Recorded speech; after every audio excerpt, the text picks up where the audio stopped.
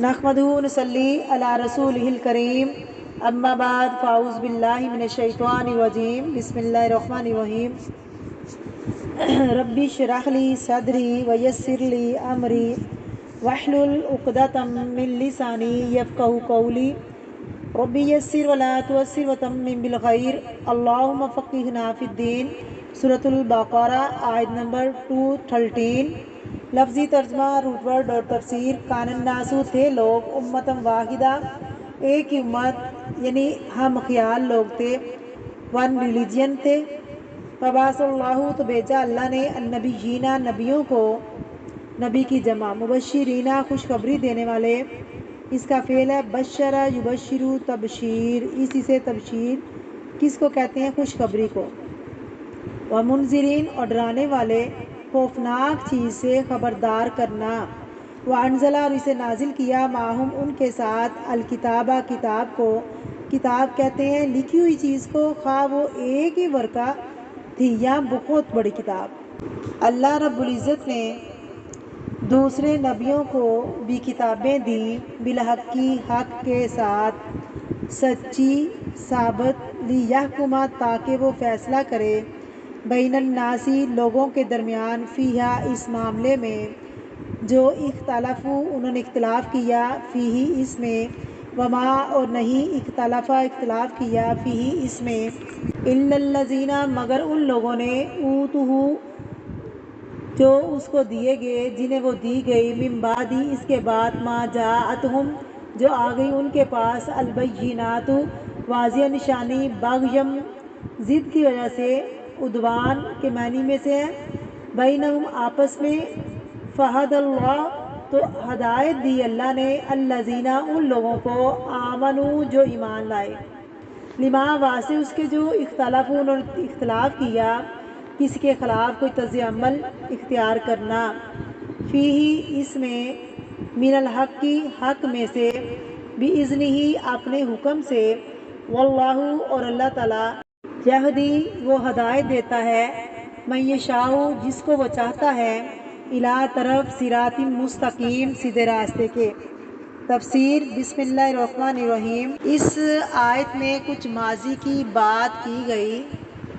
کان الناس امتم واحدہ لوگ ایک ہی امت تھے، یعنی شروع میں لوگ ایک ہی دین پر تھے، ون ریلیجن، کیونکہ لوگوں کی تعداد کم تھی۔ جب تعداد کم ہوتی ہے تو لوگوں میں اتفاق بھی ہوتا ہے، پھر جب خاندان بڑا ہوتا ہے اختلاف بھی شروع ہو جاتا ہے۔ آغاز میں جب لوگوں کا ایک ہی دین تھا، اس سے غلط فہمی دور ہو جاتی ہے۔ انسانیت کا آغاز ہدایت سے ہوا، گمراہی سے نہیں۔ اللہ نے آدم علیہ السلام کو ہدایت دے کر زمین پر بھیجا تھا اور ان میں توحید ہی کام رہی۔ فبعث اللہ النبیین پھر اللہ نے نبی بھیجے۔ قرآن پاک میں آتا ہے ہر بستی میں پیغمبر آتے تھے، کیا کرتے ہیں؟ مبشرین خوشخبری دیتے تھے، کس کو؟ نیک کام کرنے والوں کو، اور منذرین اور ڈراتے ہیں، کس کو؟ غلط کام کرنے والوں کو۔ یہ اعتدال ہے، ایک طرف نرمی سے کام لیں، دوسری طرف تھوڑا ڈراؤ بھی، یعنی تھوڑا ڈراوا بھی ہو۔ وَأَنزَلَ مَعَهُمُ الْكِتَابَ بِالْحَقِّ ان کے ساتھ کتاب اتاری حق کے ساتھ۔ کن کے ساتھ؟ نبیوں کے ساتھ۔ یہ کتاب ہر دور میں ہر پیغمبر کو دی گئی۔ کیوں دی گئی؟ لِيَحْكُمَ بَيْنَ النَّاسِ فِيمَا اخْتَلَفُوا فِيهِ تاکہ وہ فیصلہ کریں لوگوں کے درمیان۔ کون؟ پیغمبر۔ کس چیز میں؟ فِيمَا اخْتَلَفُوا فِيهِ اس چیز میں جس میں وہ اختلاف کر رہے ہیں۔ یعنی آپ یوں تصور کریں، اللہ نے پہلے حضرت آدم علیہ السلام کو بھیجا، ان کی اولاد ایک ہی دین پر تھی، پھر آہستہ آہستہ ان میں اختلاف ہوا، پھر وہ مختلف جگہ پر پھیل گئے، اور پھر اللہ نے ہر جگہ پیغمبر بھیجے۔ ایک پیغمبر کے جانے کے بعد لوگوں کے اندر اختلاف پڑ گیا، لوگ اختلاف میں پڑ گئے، دین میں ایک ہی کتاب ہوتے ہوئے رائے مختلف ہو جاتی، پھر اللہ اور پیغمبر بھیج دیتا، وہ آ کر حق واضح کرتا۔ جیسے یہود و نصارہ نے اختلاف کیا تھا، اللہ نے نبی کریم صلی اللہ علیہ وسلم کو بھیجا اور حق واضح کر دیا اور یہ سلسلہ چلتا رہا۔ وما اختلف فیہ الا الذین اوتوہ، اور نہیں اختلاف کیا اس میں، کس میں؟ حق میں، الا الذین اوتوہ، مگر ان لوگوں نے جو حق دیے گئے، فیہ سے مراد کتاب بھی ہو سکتی ہے، من بعد اس کے بعد، ما جاءتہم البینات، جو آ گئی ان کے پاس واضح نشانیاں۔ حق کے انکار کی وجہ کیا ہے؟ بغیم، ضد، بینہم، آپس میں، اور یہ بھی ویکنس ہے انسانوں کے اندر، جیلسی بھی ہوتی ہے اور ضد بھی ہوتی ہے۔ بعض دفعہ وہ ضد دو شخصیت کے درمیان نہیں بلکہ دین کے درمیان میں بھی ہوتی ہے، اور ایسا ہوتا رہا، پھر کیا ہوتا ہے؟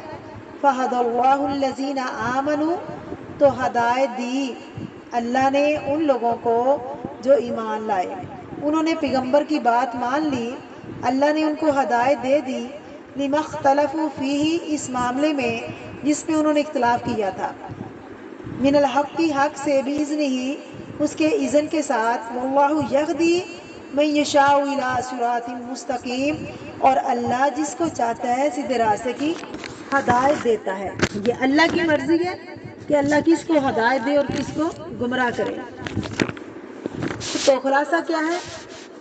یہ ہے خلاصہ کہ آغاز انسانیت ہدایت کے ساتھ ہو، اللہ نے رہنمائی کی، ہر دور میں پیغمبر آئے، انہوں نے خوشخبری بھی سنائی، لوگوں کو ڈرایا بھی، کتابیں بھی بلائے، اس کے باوجود لوگوں میں اختلاف ہوا، اور اختلاف دین والوں میں ہوا، واضح دلائل ہونے کے باوجود اختلاف ہوا۔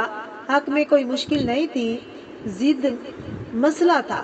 منافق کا مسئلہ بھی یہی ہوتا ہے، ضد، اور یہاں دین والوں کے باہمی اختلاف کی وجہ سے بھی ضد ہے، آپس کی رائے کا اختلاف، سوچ کا، شخصیت کا۔ پھر اللہ نے اور پیغمبر بھیجے، انہوں نے آ کر حق واضح کر دیا۔ جب حق واضح ہوا، کچھ لوگوں نے حق دیکھتے ہی قبول کر لیا، پیغمبر کی بات مان لی، اور کچھ لوگوں نے پیغمبر کی بات نہ مانی۔